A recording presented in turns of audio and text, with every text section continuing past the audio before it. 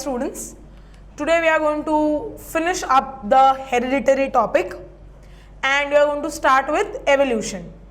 But evolution start करने से पहले कुछ छोटा सा टॉपिक बच गया है हेरिडिटी के टॉपिक में, तो वो आज हम कंप्लीट करेंगे और उसके बाद हम स्टार्ट करेंगे एवोल्यूशन. ओके, सो हमने अभी तक क्या देखा है वो उसका जरा रिविजन कर लेते हैं.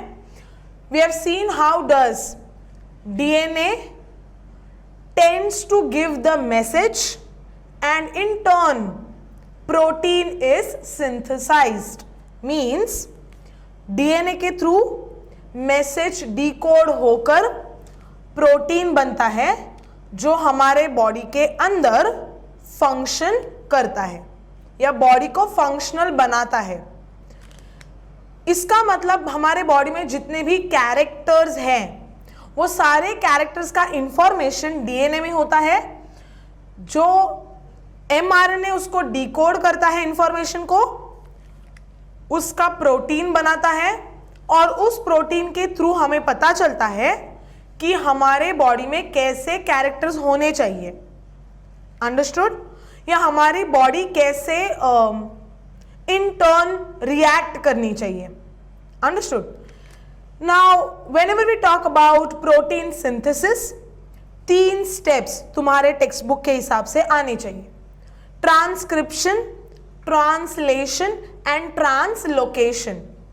जब भी डीएनए एमआरएनए बनाता है, इसका मतलब डीएनए के अंदर जो इंफॉर्मेशन है वो एमआरएनए डिकोड करता है, मतलब इंफॉर्मेशन को निकाल के एमआरएनए बनता है.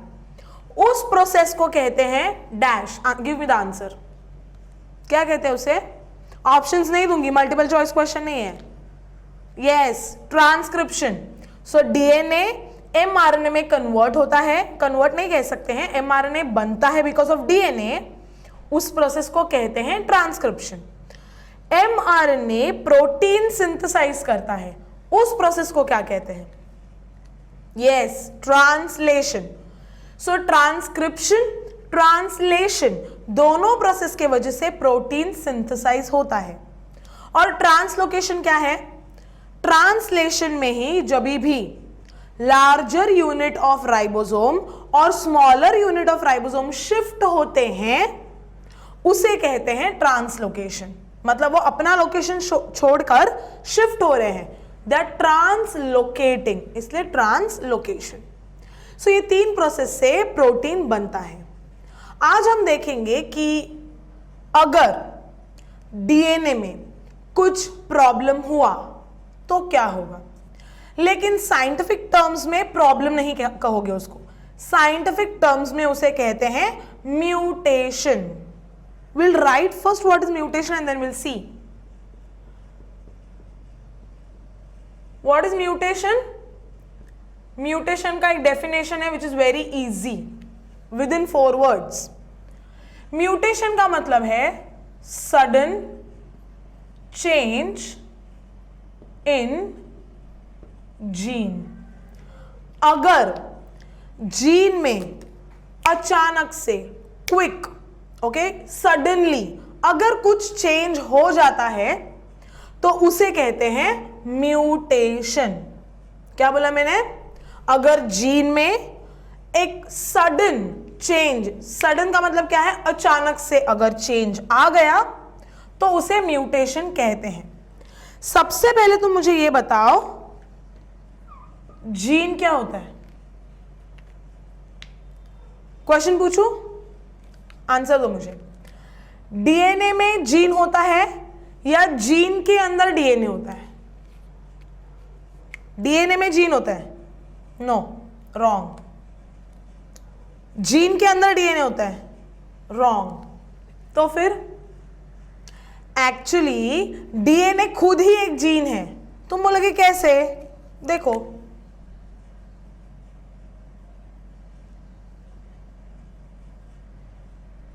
ये है डीएनए, करेक्ट? कुछ ज्यादा ही पतला बन गया ना, ठीक है, जाने दो अभी. ओके, ये डीएनए. अब अगर समझो डीएनए में से ये एक पर्टिकुलर सेगमेंट, सेगमेंट मतलब एक पर्टिकुलर छोटा सा टुकड़ा, हमारा डीएनए बहुत लॉन्ग होता है, पूरा डीएनए जीन नहीं होता है, उस पूरे डीएनए में से एक छोटा सा पार्ट जो आगे जाकर प्रोटीन सिंथेसाइज करता है, क्या बोल रही हूं, ध्यान से सुनो। हाँ, क्या बोला मैंने, हमारा डीएनए बहुत लॉन्ग होता है, वो पूरा डीएनए जीन नहीं होता, उस पूरे डीएनए में से अगर एक छोटा सा सेगमेंट, एक छोटा सा टुकड़ा जो प्रोटीन सिंथेसाइज करता है, मतलब प्रोटीन बनाता है, अगर उस पर्टिकुलर सेगमेंट की बात करोगे जो प्रोटीन बनाता है, उसे कहते हैं जीन। सो जीन का डेफिनेशन क्या लिखोगे, gene is segment of DNA, पूरे डीएनए का एक छोटा सा सेगमेंट जो प्रोटीन सिंथेसाइज करता है, उस पर्टिकुलर सेगमेंट को क्या कहोगे, जीन कहोगे। और अगर इसी जीन में सडन चेंज हुआ, मतलब अचानक से चेंज हुआ, तो उसे क्या कहोगे, म्यूटेशन। अब ये अचानक से चेंज कैसे आता है, अचानक से चेंज आता है बिकॉज ऑफ म्यूटाजेंस। अब ये म्यूटाजेंस क्या होते हैं, म्यूटाजेंस का मतलब होता है एजेंट्स। कौन से एजेंट्स, ऐसे एजेंट्स जो म्यूटेशन कॉज करते हैं, उन्हें कहते हैं म्यूटाजेंस। मतलब ऐसे एजेंट्स जिनके वजह से म्यूटेशन होता है जीन में, उसे कहा जाता है म्यूटाजेंस। दो टाइप के म्यूटाजेंस होते हैं, एक है फिजिकल म्यूटाजेन, दूसरा है केमिकल म्यूटाजेन। ओके, एग्जाम्पल देती हूं तो तुम्हें better you will understand it. Physical का मतलब है, फॉर एग्जाम्पल देखो, अंटार्कटिका में ओजोन होल है, मतलब ओजोन लेयर में एक छोटा सा ओपन स्पेस है, वहां पर ओजोन लेयर नहीं है, तो उसे ओजोन होल डिक्लेयर किया है। अब वो ओजोन होल में से जो भी सनलाइट आएगी वो डायरेक्ट सनलाइट होगी विदाउट एनी फिल्टरेशन, मतलब उसमें यूवी रेडिएशंस, अलग अलग आईआर रेडिएशंस, बहुत सारे अलग अलग रेडिएशंस भी गिरेंगे नीचे। वहां पर गवर्नमेंट ने रिस्ट्रिक्शन डाला है कि nobody can go in that area, but in case अगर वो एरिया में कोई जाता है और उसके स्किन पे डायरेक्ट सनलाइट अगर गिरती है, तो रेडिएशंस भी गिरेंगे, यूवी रेडिएशंस या आईआर रेडिएशंस। रेडिएशंस गिरने के बाद तुम्हारे स्किन पे रेडिएशन गिरा ना, मतलब स्किन के सेल से वो अफेक्ट होंगे सबसे पहले। तो ऐसा हो सकता है कि स्किन के सेल के अंदर जो डीएनए है उसमें अगर कुछ सडन क्विक चेंज हो गया, तो उस पर्टिकुलर डीएनए मतलब जीन में क्या होगा, म्यूटेशन हो जाएगा। किसके वजह से म्यूटेशन हुआ, फिजिकल एजेंट के वजह से। ये फिजिकल एजेंट का एक एग्जाम्पल था। केमिकल एजेंट का एग्जाम्पल देती हूं।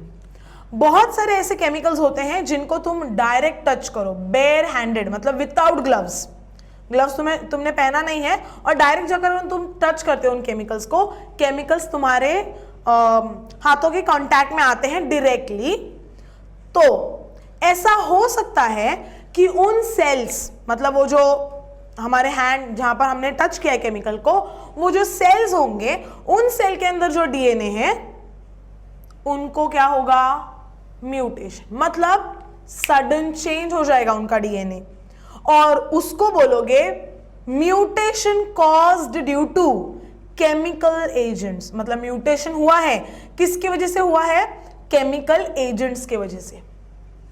तो ये दो एग्जाम्पल दिया मैंने तुम्हें, फिजिकल म्यूटाजेंस का एक एग्जाम्पल दिया, the ozone hole one, and chemical mutagens का एक chemical. So there are an number of chemicals, but इतना याद रखो ऐसे केमिकल्स होते हैं जिनको डायरेक्ट अगर कांटेक्ट करोगे तो डीएनए चेंज होगा, और उसका इफेक्ट क्या होगा, अभी मैंने कितनी बार बोला डीएनए चेंज हो रहा है, म्यूटेशन हो रहा है, लेकिन तुम बोलोगे ना मैम उसकी वजह से होता क्या है, might be you can get a cancer out of it, तो स्किन कैंसर हो सकता है, okay, any type of disease something you will get it, तो ये उसका इफेक्ट है। इसीलिए म्यूटेशन होना is little bit what you can say a tricky thing, it should not take place, but अगर होता है तो कुछ म्यूटेशंस अच्छे भी होते हैं, कुछ म्यूटेशंस बुरे भी होते हैं, बुरे जैसे कैंसर। अच्छे का एग्जाम्पल बताऊं, तुमने देखा होगा हिंदू कल्चर में भगवान को हमेशा 4 हाथ होते हैं, क्यों?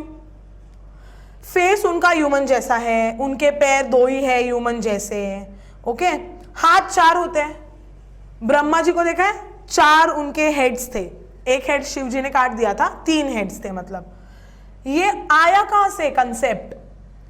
साइंस मानता है कि कोई भगवान नहीं होता है, बट साइंस ये भी मानता है कि एक कोई तो सुपर नेचुरल पावर होती है जिसकी वजह से आज हम यहां पर हैं।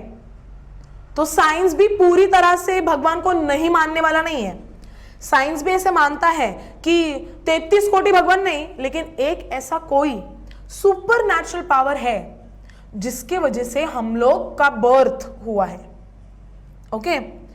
तो ये जो हम कहते हैं ना कि ब्रह्मा जी को 3 सिर है या देवी देवताओं को 4 हाथ होते हैं, okay, this is all nothing but mutation itself. एकदम इजी बताती हूं तुम्हें।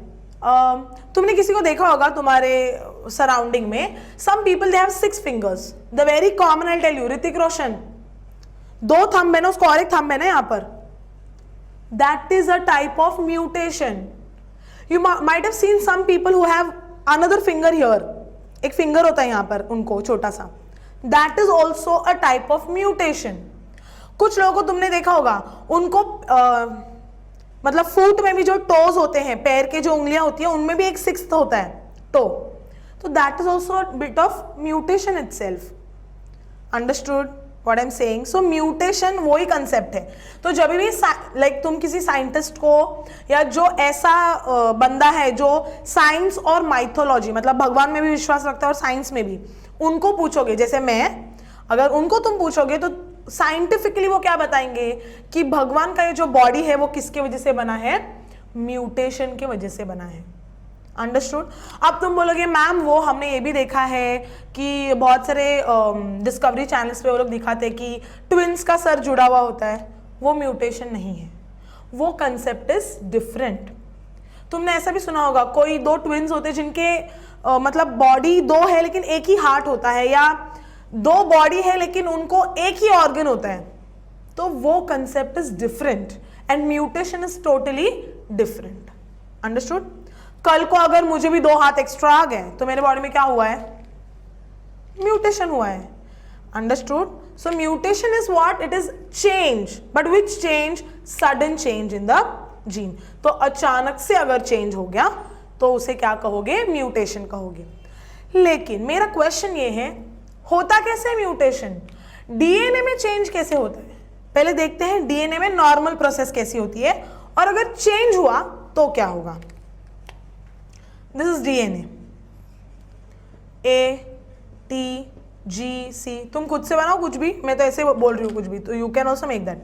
C G T A A T T, हम लोग I will just count it, 3 3 6 3 9 and या 12। ऐसा क्यों? इजी पड़ता है इसीलिए ऐसा लिखा है मैंने इवन नंबर में। ऑपोजिट बोलो। Yes, T A, good, C G, yes, okay, G C A T T A A, या, this is what is our DNA. ये नॉर्मल डीएनए है, और इसका एक पर्टिकुलर, इसको क्या कहोगे? AT, इसको क्या कहते हैं? इसे कहते हैं बेस पेयर। गुड, मतलब तुमने पढ़ाई की है। ओके, ये बेस पेयर है। अब अगर इसका ट्रांसक्रिप्शन होता है, मतलब क्या? mRNA अगर बनता है तो कैसे बनेगा?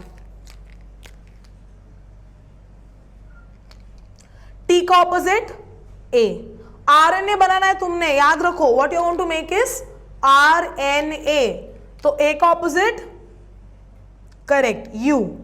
C G, G C, G C, C, G, A, U, T, A, T, A, A, U, U and again A.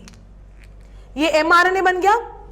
अब इस mRNA का अगर अभी मैं लिखूं यहां पर नीचे, तो ये जो mRNA है AUG, CCG, UAA, UUA, इसलिए 12 लिखा था। हमें क्या चाहिए? 3 ना, कोडॉन चाहिए ना हमें, करेक्ट, इसलिए आई हैव रिटन 12 देयर। तो ये है mRNA। अब mRNA का आगे क्या होने वाला है? ट्रांसलेशन, जिसकी वजह से क्या बनेगा? Protein, correct. तो अगर समझो इसका आगे जाके ट्रांसलेशन हुआ और अगर प्रोटीन बनता है, तो फिर समझो ये है अमाइनो एसिड नंबर 1, इसका अमाइनो एसिड नंबर 1, इसका अमाइनो एसिड नंबर 2, इसका अमाइनो एसिड नंबर 3 और इसका अमाइनो एसिड नंबर 4। सबके बीच में बॉन्ड बनेगा और ये चेन ऑफ अमाइनो एसिड्स हो जाएगा। और चेन ऑफ अमाइनो एसिड्स को क्या कहते हैं? प्रोटीन कहते हैं, करेक्ट। ये नॉर्मल है डीएनए का प्रोटीन बनने में। So DNA getting converted to protein is the normal process.